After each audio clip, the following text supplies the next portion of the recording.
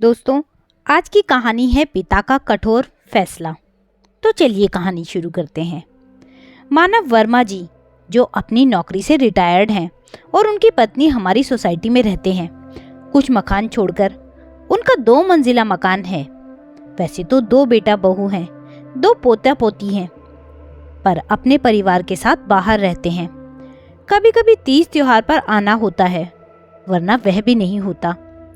दोनों uncle aunty बस एक दूसरे का ही सहारा था, जबकि उम्र हो जाने के कारण आंटी ज़्यादा काम नहीं कर सकती थी, इसलिए फुल टाइम मेड लगा रखी थी घर का सब काम करने के लिए। पर खाना बनाने का काम आंटी ही करती थी, क्योंकि अंकल को आंटी के हाथ का ही खाना पसंद था। मकान के ऊपर का हिस्सा किराए पर दे रखा था, जिसमें रमेश और उसकी पत्नी रहते थे। वे दोनों ही मिलनसार थे और दोनों का अंकल आंटी के साथ व्यवहार भी बहुत अच्छा था। धीरे धीरे हमारा उनसे परिचय हुआ। दोनों अंकल आंटी सोसाइटी पार्क में शाम को टहलने आते थे, वहीं उनसे मुलाकात हुई थी और धीरे धीरे यह मुलाकात एक अच्छी जानकारी में बदल गई। मैं मेरी 5 साल की बेटी को पार्क में लेकर जाती थी। अंकल और आंटी बहुत ही खुश मिजाज स्वभाव के लोग थे, पर बेटों और बहुओं के व्यवहार के कारण थोड़े चिंतित जरूर रहते थे। यहीं सोसाइटी में रहने के कारण किसी न किसी के यहाँ मुलाकात हो ही जाती थी, पर काम की व्यस्तता के कारण ज्यादा आना जाना न था। एक दिन जब मैं अपनी बेटी को स्कूल से लेकर लौटी तो पता चला कि आंटी की हालत बहुत खराब है। उन्हें हॉस्पिटल ले गए हैं। वहां से आंटी घर वापस ना आ पाई और चली गई अनंत यात्रा पर, जहां से कोई वापस ना आ पाता। आंटी के जाने का गम धीरे धीरे अंकल को अंदर ही अंदर खा जाने लगा। उसके बहू बेटे आए थे, अंतिम क्रियाक्रम करने के बाद वापस चले गए थे। अब अंकल बिल्कुल अकेले रह गए थे। काम करने वाली काम करने आती थी तो अंकल के लिए खाना भी बना देती थी। ऐसे में सुरेश और उसकी पत्नी ही अंकल का ख्याल रखते थे।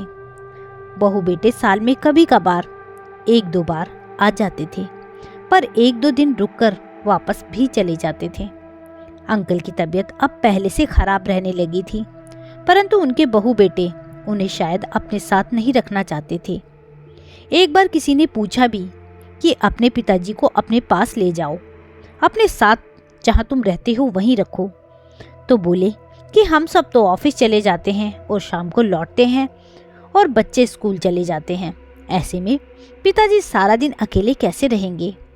यहाँ सुरेश और उसकी पत्नी रहते हैं और सोसाइटी में पिताजी के दोस्त भी हैं, तो पिताजी को अकेलापन महसूस नहीं होता।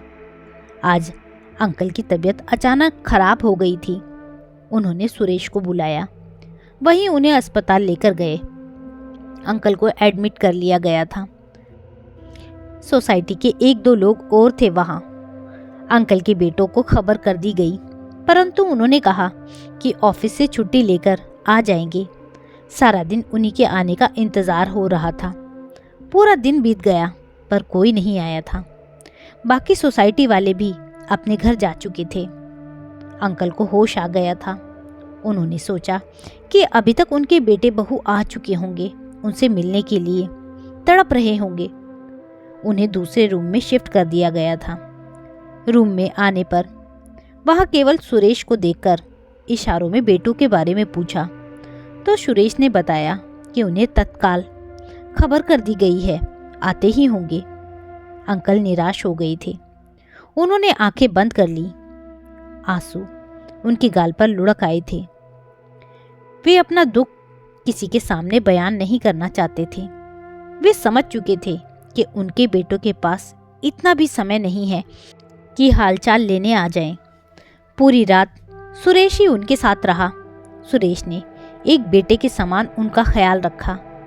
दूसरे दिन छोटे बेटे संदीप का फोन आया कि उन लोगों को छुट्टी नहीं मिली और बड़े भाई भाभी बाहर घूमने गए हैं क्योंकि उनकी बेटी का जन्मदिन है। प्लीज़ उनके पिताजी का ख्याल रखें। अस्पताल का बिल अब वह ऑनलाइन पेमेंट कर देगा। छुट्टी मिलते ही वह सब घर आ जाएंगे। तीसरे दिन अंकल डिस्चार्ज होकर घर आ गए थे। सुरेश और उसकी पत्नी उनका पूरा ख्याल रख रहे थे। सुरेश ने ऑफिस से 4 दिन की छुट्टी ले रखी थी। 4 दिन के बाद उसे ऑफिस जाना था। उसने व उसकी पत्नी ने अंकल जी का पूरा ख्याल रखा।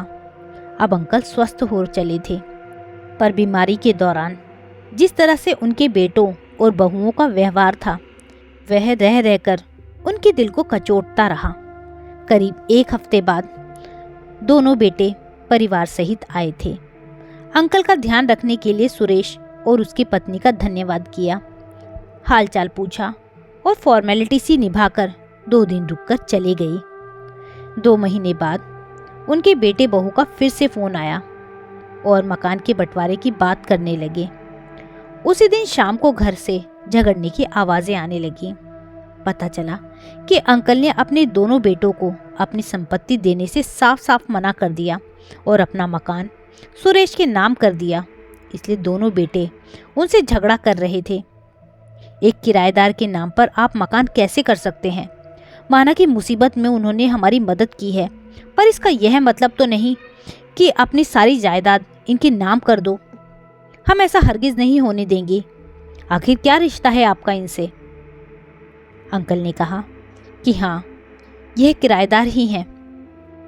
इनका और मेरा रिश्ता किराएदार और मकान मालिक का ही है। ये लोग मेरे घर में रहने का किराया देते हैं, लेकिन यह लोग मेरी सेवा करने के लिए बाध्य नहीं हैं। फिर भी रिश्ते का कोई बंधन ना होते हुए भी इन दोनों ने मेरा इतना ख्याल रखा।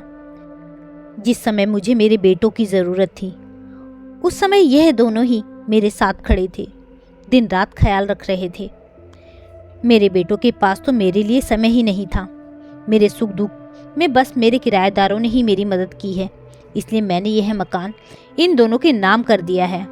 जब तक मैं जीवित हूँ, यह दोनों ही यहीं रहेंगे और मेरे मरने के बाद यह मकान इन दोनों का होगा। दोनों बेटों के पास पिताजी के सवालों का कोई जवाब नहीं था और दोनों गुस्से में वहां से चले गए। तो दोस्तों, यह थी एक छोटी सी कहानी जो कि हमें बताती है कि हमें अपने माँ बाप और बड़े बुजुर्गों का बुढ़ापे में ख्याल रखना चाहिए। उन्हें हमारे प्यार की आवश्यकता होती है। बुढ़ापा भी बच्चों के समान ही होता है। हमें अपने बड़े बुजुर्गों का ख्याल भी अपने बच्चों की तरह ही रखना चाहिए। वह अपने दिल से आपको आशीर्वाद देंगे। क्यों बोझ हो जाते हैं वो झुके हुए कंधे जिन पर चढ़कर कभी तुम दुनिया देखा करते थे।